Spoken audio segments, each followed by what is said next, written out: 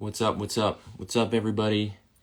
It's Justin, and we are back with another episode of the CHH-ish Podcast. And today we are joined by Jeannie Ortega, who is a singer, an actress, an author, a writer. They're both different things. What else? Anything that you can throw in that's media related. That's what she does. She's got a super dope testimony and a story. She had a smash #1 single called Crowded back in 2006 with Papoose. And she's dropping an album on Friday called Letting Go, her first one in about a decade. So let's let her in.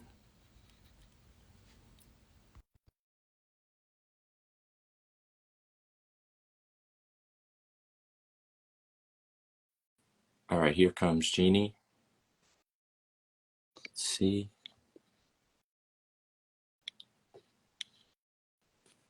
Hey, Hey, what up? What up? what up? How are you? I'm doing well. I am trying to not cut off my head, but it's Yeah, it changes the yeah, view when there's two of them. it's getting cut off. So I'll put it in there now. Boricua. All right. I think yeah. As long as my eyes are in it, I think we're good. All right, Jeannie. Thank you so much for joining us today. This is the CHH-ish Podcast because Jeannie's not a Christian hip-hop artist, but kind of hip-hops a bit and hangs out with us a lot. So that's why she's here. This is episode 10. Last week we had Fern. Next week we have AI, the Anomaly. Jeannie has a dope story, a dope testimony. As I said, singer, actress, author, writer, pastor, mom, wife, anything that you has to do with entertainment, you can just, throw it at her. She's probably done it. And she had a hit single called Crowded featuring Papoose. She was signed to Hollywood Records, which was an imprint of Disney. But since then, she has become a Christian, has been releasing music independently. Her first album in a long time, about 10 years, drops Friday, and it is called Letting Go. Didn't look at the notes. All right. It's incredible. So Jeannie, how are you? Say what's up. I'm doing good. I'm doing great. It's funny because people ask me, am I a Christian hip hop artist? And, technically, I guess no, but I am, I grew up in Brooklyn. Everything that makes who I am is hip hop. The hip hop culture has molded who I am as a person. That's just what it was like growing up in the hood in New York. And, I'm very influenced by hip hop culture. And so, yeah, I like the way you said it. Hip hop, CHH-ish. Yeah. I love that. We call those people a lot of the time. We call them adjacent. So it's like you're like with us. We could be friends. Yeah. So And this album does have a lot of hip hop influence, and I even rap on this album. So I don't know if I've earned my stripes yet, but I rap for the first time, which is, she does. She raps, and then Dayton's on it too. And we know Dayton, like he raps, so that makes up for any loss of like. Okay. All right. So let's go back since we're I like to cover a variety of topics on this show besides the music, and we'll get to the music because that's super important. But kind of your whole life is musical, which is rare for a lot of guests that I have who have like a clear like designation where this was my life and then I started making music. You've been doing it. So you had a record deal when you were 16 or 15? Yeah, I officially signed when I was 16, but I was pursuing that since I was 11. I started to pursue music and a deal since I was 11, and then I officially got signed at 16. Yeah. So you get signed, you get discovered by somebody. So what's that process like for someone when they're so young, when they're 16? Because everyone's always dreaming, oh, I want to, be this someday. But they actually came to you, Yeah. I'd imagine, and then they discovered you. And then how did that happen? Yeah, well, I I had been trying since I was 11, so it felt like forever. I'm like, oh, Yeah. finally, when I was 16, it finally happened. But basically I was signed to a management company. They were kind of trying to like artists manage me and kind of see what worked. And so I was in the studio for years just trying different things that they were telling me to do. And then finally I was just like, hey, I write. Like, my dad, when I was a little girl, he was like, if you want to be a singer, you got to write. So I write. I was like, let me write something. And then it was that song that I wrote, Got What It Takes, that was actually featured on the soundtrack Love Don't Cost a Thing, the movie. Mm-hmm. Love Don't Cost a Thing with Nick Cannon and Christina Milian. And that's the one that got my deal. Like it got me my record deal. So it was incredible. I mean, being a young artist and my whole entire dream, like I had years and years of just dreaming, like I need to make it out the hood. I want to do what Mariah Carey did, like she got out of her bad situation and she sings now, and that's what I wanted to do. So finally getting to that point was incredible, and yeah, so that's kind of how it was for me. Okay. So most most people, they don't have a story like that where it's just like you made this song and that one song, now people go viral. Like they make a TikTok of a Right. song that so you almost kind of went the viral version 20 years ago of what you were able to. Right. Of that time. It was the movie, it was so incredible because the movie, they played the song for almost 3 minutes, and that's Yeah. unheard of. Like you'll hear like a 30-second clip in a movie of a song, but like in the movie, she's driving her car with her friends and they're bumping the song the whole time. Then she gets into a car accident and the song just keeps playing. So it was incredible to even be featured in a movie for that long, for my track to be featured in the movie for that long. But then the label Hollywood Records, they were just like, they loved me. They fell in love with, I was very Brooklyn, I was very in your face. At the time they only had Disney stars, and they were very, Disney. They weren't bad girls yet. A lot of the Disney girls went bad. I was kind of the bad girl already, and they loved that. They really did love that. So yeah, that was pretty much what it was. And then they offered me a deal on the spot, and I said, hey, as long as you don't try to change me, then I'm fine. And they were like, no, we love you. That's what we want. And yeah, I mean, eventually, obviously, I still was molded by the powers that be, because that's what you do when you're signed. But yeah, it was really a wild ride. Okay. Yeah, and we'll talk about that in a second. So what is this, like 2004-ish? I was signed at 16, and I didn't release till I was about 19. So it was probably like 2003 when I Okay. was signed. And then, yeah, everything started really to come out after I graduated high school and all that. Yeah, So it's you crazy.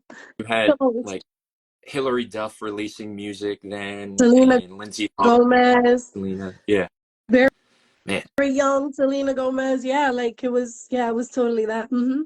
Yeah, wow, that's crazy. So when when artists and people, and you just alluded to this, talk about the dangers of the music industry, but especially for young people, you see the quiet on the set and all that stuff come out. Now, I know you were mostly working in studios and not necessarily like on in TV studios, but like, can you relate to those people and some of those experiences? Oh yeah, absolutely. When this whole Me Too movement came out, I was kind of like, what's the big deal? Like, that's how brainwashed you are, into thinking these things are normal, and they're not normal. You know what I mean? I was in the studios, and if anything, that's actually more dangerous because there were small, intimate, rooms with, people for extended amount of time. And unfortunately, sure, I was hit on. I would say sexually assaulted. I was never sexually abused because I'm from Brooklyn. But no, there were times where, I had to hit someone where the sun don't shine, to like get off and back up. You're not going to mess with me. And unfortunately, I had those moments in the studio with really popular, famous producers. And yeah, the culture in the industry it's almost like, people just think you're going to hook up with them. And I'm grateful that I was always kind of tough, and my dad taught me to fight for my respect. And growing up in Bushwick, Brooklyn, you had to fight for your honor. Yeah.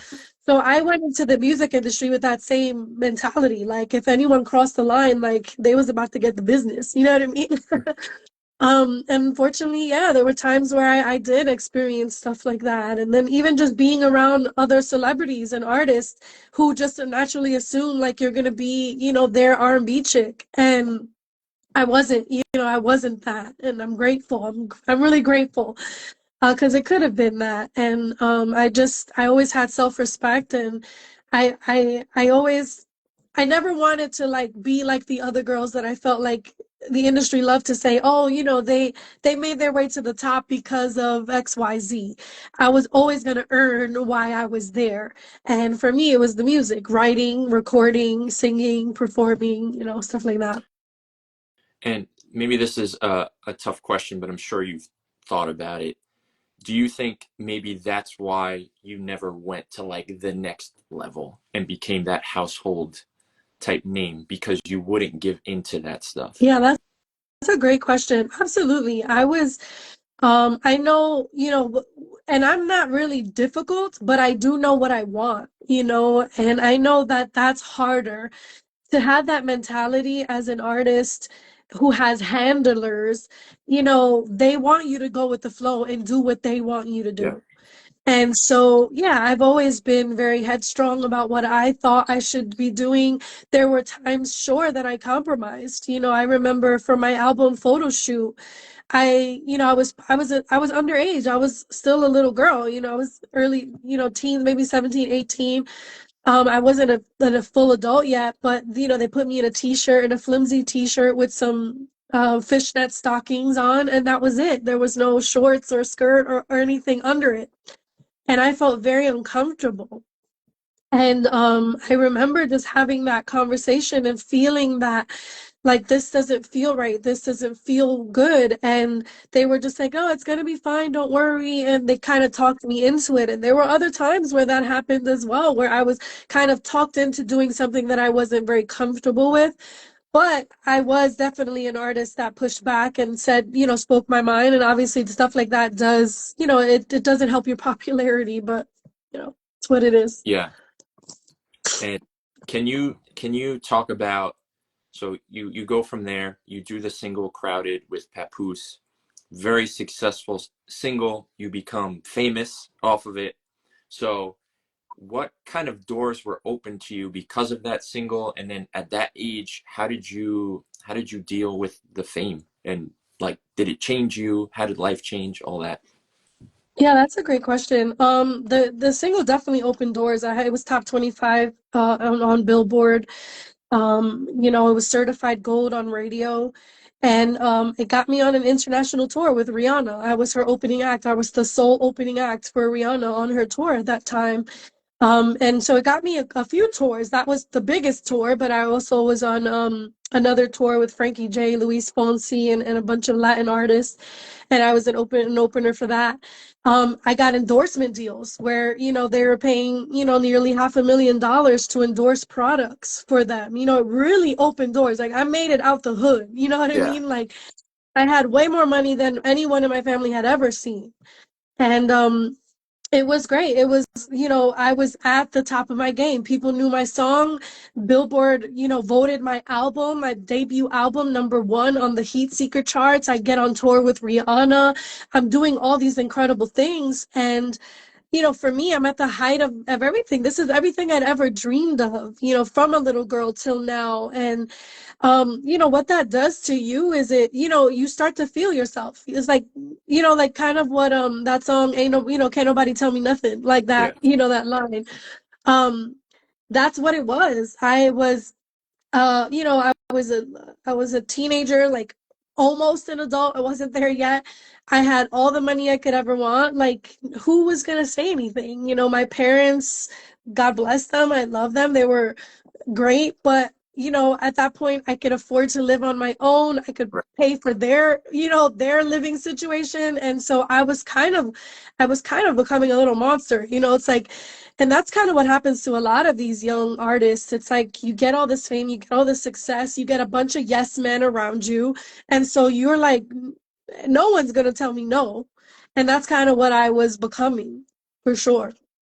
Yeah, and then that's why you see all of these child stars kind of flame out and crash very Yeah, publicly, yeah, because why should I listen to you when I have more money than your whole family? right, Like what are you going to tell me to do? yeah. Uh, so not super shortly, but a couple of years after that, you wound up becoming a Christian, and then that actually led to your exit from the mainstream music industry. Yeah. So how did that impact your life from where you were just saying now, where you were kind of becoming this little monster, and now all of a sudden it's like, now you don't have a record deal, you don't have the tours, you don't have a number one single Yeah. at that time. So how did that impact your life? Yeah.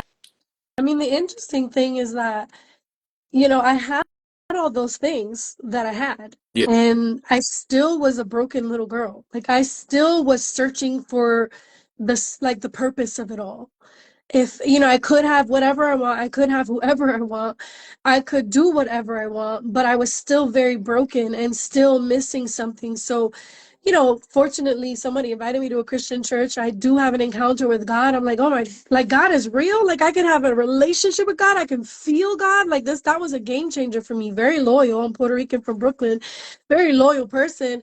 And when I realized it was God and that God was always there, I'm like, okay, God, I'm all in. Like, whatever this is, I'm following you. I don't know what this is, but I'm going to go down this journey because I lived all of it. I had everything I ever wanted.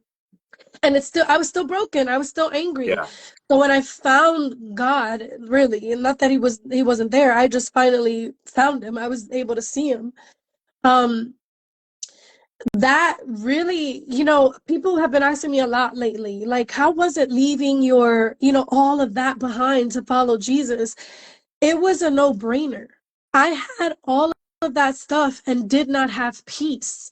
I had all of that stuff and I did not know my purpose. My self-worth was dependent on people's opinions. So when I come to Christ and I realize God loves me, He has a plan for me, He's my peace, He's my safety, I was like, I don't care. Like Whitney Houston, I can live in a cardboard box. That song when she says, "Your love is my love." And she says, if we live in a cardboard box, it's okay as long as I'm with you. And that's how I felt. God was all I ever needed. He was what I was searching for all those years. I was filling it with success, filling it with fame, filling it with myself, but it was God. So that, for me was the best thing I ever did. And yes, my bank account changed. Yes, the opportunities changed. I was now called a Jesus freak in the industry by some of the same people who were, bowing before me just a couple, years before that. But I didn't care. I knew now that my life had purpose and I wanted to pursue that. Yeah. No, that's amazing. And so now you've become this independent artist. You're kind of figuring out what that looks like, what your journey is. So what does, and I'll say a former pop star, do now that she's on her own, but now she has God on her side? So you're not entirely on your own, but in terms Yeah. of like Amen. being a musician and chasing art and doing all of what you were doing Yeah, before. it's hardcore, y'all. I miss the days when I had a big machine behind me. It makes things a lot easier, right? Absolutely. They put out the money. They, come up with the strategies. Unfortunately, as an independent artist, you have to do it all. You're the label, you're everything. And so you're the creative and you're and you're doing all the logistical stuff. So it's hard work. Like, I'm not gonna pretend that this is the glamorous life. It's hard. But I'm grateful to have creative control. I'm grateful to, like you said, I can talk to God about what I should be doing, and that's who gives me the yes Mhm. and the green light. instead of having a handler, that has me doing some evil stuff, because, that's kind of a lot of what the industry's like. It's like, let's look at the edgiest, craziest thing right now and copy that. Now it's like, God, what do you want? What would you have for me? And it's different. I don't know if I seek God for the algorithm, like, God, what's gonna get the algorithm going? I just seek God for, what I should be doing, and I pray that others would, embrace it and like it. But I've become the singer, the performer, the editor, the, content, everything, creator, the publisher, and all of it. But yeah, I'm able to have the creative control that I know I need to share the message that God wants. Yeah, I mean, it's the pretty much the same thing that the journalism industry and the media industry went through. Like, I always use the example of a news reporter. You used to have an anchor who would stand there. You had a camera guy. You had the producer. You had the person holding the script. Now the news reporter has an iPhone and a microphone probably plugged into it, and they're just like, "Hey, so I'm on the scene of a hurricane now," and they have like no crew with them. You have to be able to do it, and then they got to upload it. Then they got to upload it to their server, and then they got to upload it to social media. Yeah. It's all for an 8-year-old kid to run by on his bicycle and be like, "Oh, I just broke the news and went viral on TikTok." Right, right, But, right. but Exactly. yeah, It's a whole new world. it's a whole new world. Um, so actually, this question just popped into my head. Do you know of any artists or have spoken to any artists who were kind of in a similar situation as you, where they had the fame, they had everything going for them, then they had an encounter with God, and they're like, "I gotta go. Like, I gotta get out of here." Um, I only very few, actually. I wish there were more. But Daryl Strawberry comes to mind, and obviously he was a megastar, and Yeah. I'm grateful to have a relationship with him. He actually wrote the foreword of my book. Well, that's the next question. That's the next question. Um, okay, cool. That'll be a good segue. But, Daryl, here he was at the top of his baseball career, and obviously he had a lot of public, just issues. Like, he got into drugs pretty bad and found himself arrested. Hmm. Didn't change the incredible baseball player that he was. And, if it wasn't for all of that, he would be in the Hall of Fame today. But, eventually his life changes, and he could have continued to go down that route, and like, even still, he could have gone down the route of just, like, being a part of the sports world and being a sports, caster or something like that. But he's a preacher now. He'll go back in the sports, and he'll do things like that, and give commentary. But like, what he does is he's a preacher. So I love that with him, that, he's gone from that into, ministry. Todd Delaney's another one. He used to be also a famous baseball player, and actually now is a huge gospel singer.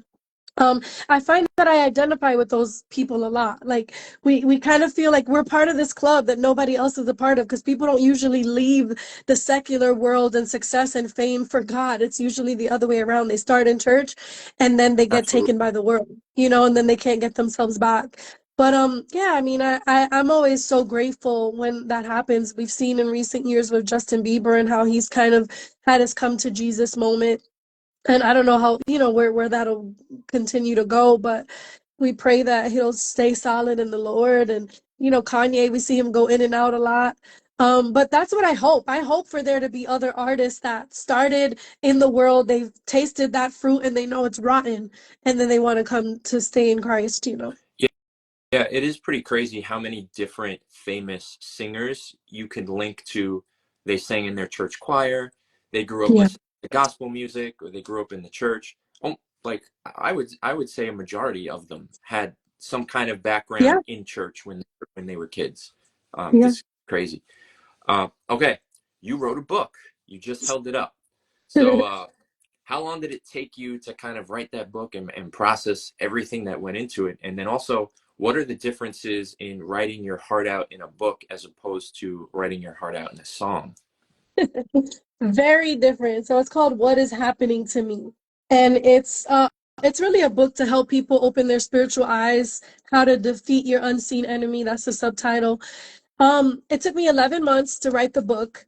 And It was crazy. Like, I've been writing music since I was 7 years old. Writing a book is a whole different beast. I was literally like exposed. I felt exposed the entire time as if I was walking around with nothing on for 11 months because of how vulnerable you have to be when writing a song, when writing a book. Writing a song is different. You're creative. You can kind of like, you know, say what you want to say, but in a cool, clever way. It doesn't have to be that in your face or open or honest. With a book, it's different. You have to, you know, people want to hear and smell and taste, you know, where you are. So you have to really go into detail. And it was hardcore. I had to, you know, I wrote about a lot of things. I wrote about growing up in the ghetto.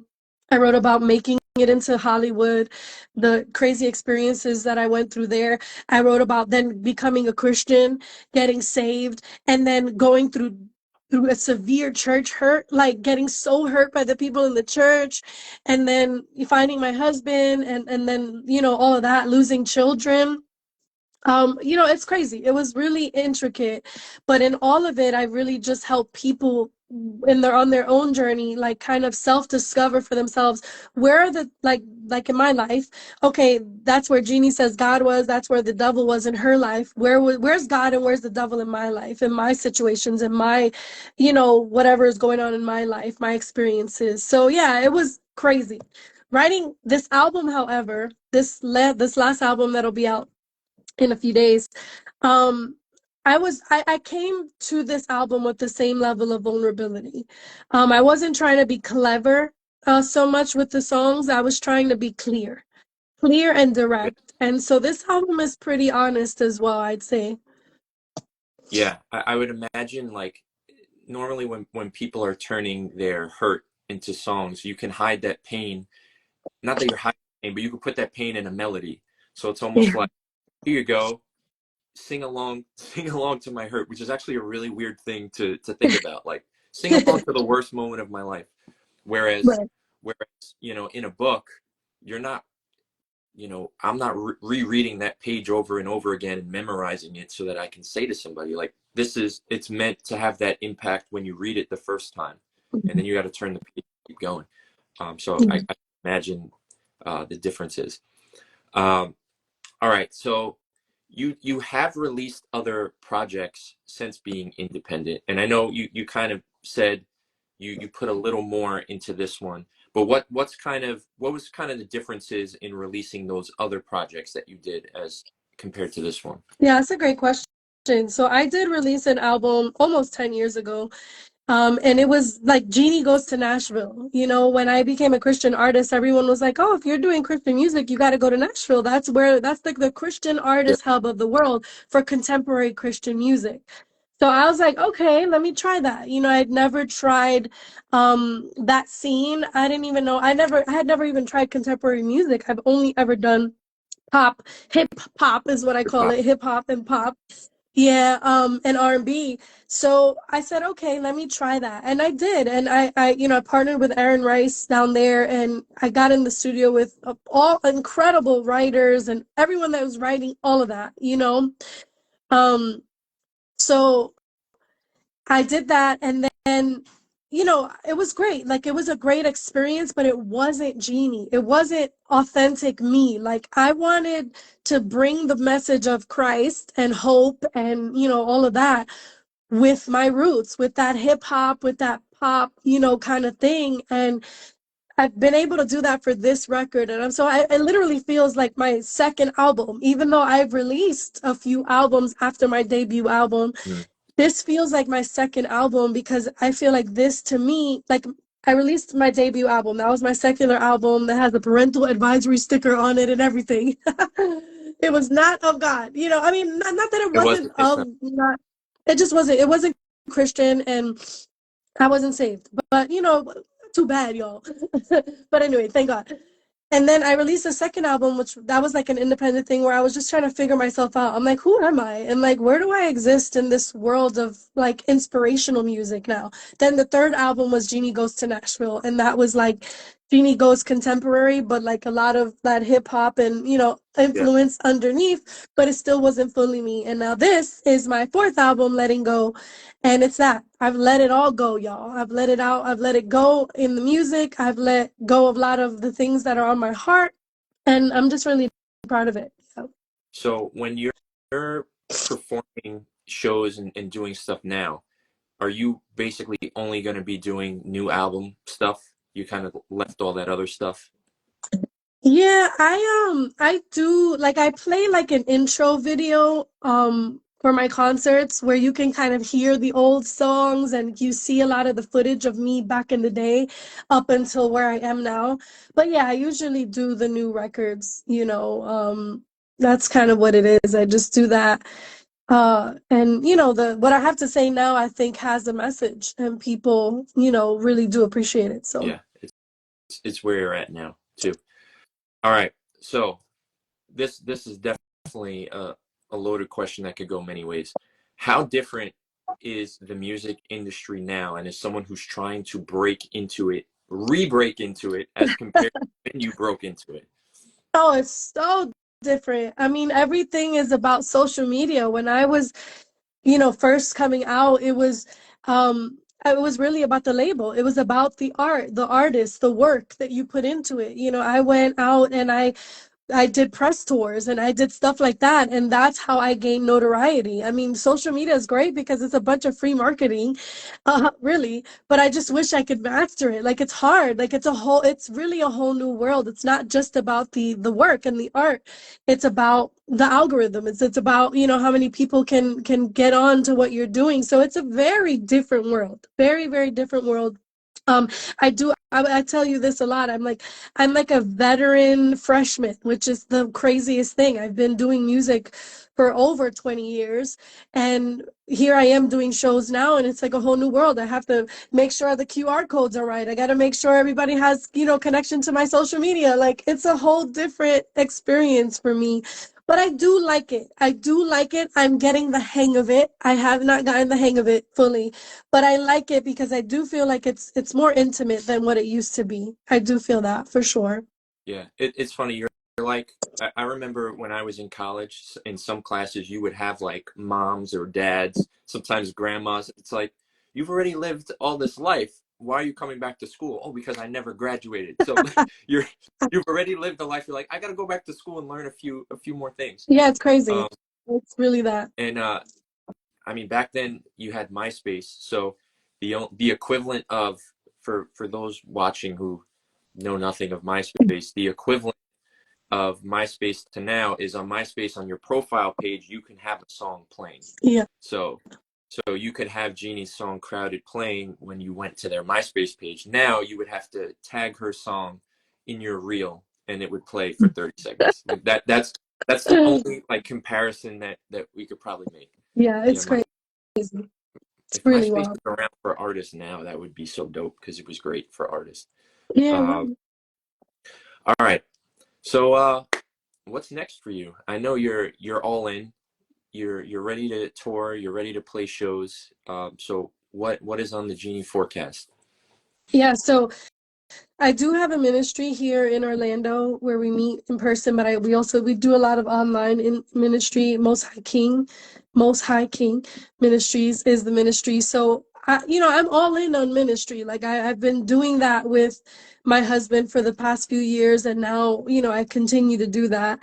That's funny. The Bojangles was my last night song. Sorry, that was funny, Joy. Um, so anyway, I do that. I am a mom, of course, and those things are really important to me. But for this next season, I'm literally like, I have an RV parked in my driveway, and I am ready to go play shows, like do live shows, events, churches, whatever it is. That's where my heart is. I want to go out. I want to be amongst the people. I want to minister to them, and I want to bring these songs out into the world and pray that people will come to the place of surrender that I came to with God, to really let him do whatever he's going to do. And, I've been calling this album like a musical surrender because it's called Letting Go. And a lot of the songs is just really pointing people to that place of they just let go of the things that are holding them back, letting go of expectations on other people, letting go of everything to just trust God, let go and let God, you know. And so I hope to do that, to do a lot of ministry in the new year, helping people do that. It's not easy, it's hardcore, but that's what we do anyway with ministry. You know, we disciple, and discipleship is hard. So All right. And that's it, Jeannie. That's all I got for you. For everybody watching, for people who are tuning in late, this is gonna go right back on the page so you can watch the whole thing. And if you don't like watching things on Instagram, I'm gonna put it on YouTube, and you could watch it at 1.5 if you want to get through your busy day. We're gonna cut up some clips of some of the more, you know, amazing parts of Jeannie's story. And yeah, so you'll be seeing Jeannie's face for the next couple of weeks, all over with these clips and everything. Plus, her album is dropping, so you got to be seeing her face for that as well. Jeannie, thank you so much. I appreciate you being the ish in the CHH part of the show. Um, and that's it. If you have any last words, you could say them. If not, get on with your day. just be encouraged, you know. Thank you guys for tuning in, and just know that like God isn't done with you. It doesn't matter what you've done. I've done a lot of incredible things, but as long as there's breath in your lungs, God isn't done with you. There's worth and there's value in you. So I hope that you see it too. That's what God says about you. I see it, and I hope you see it too. Oh, and she pointed right back at all of y'all. All right, Jeannie, thank you so much. Feel better. I will talk to you later, and peace out.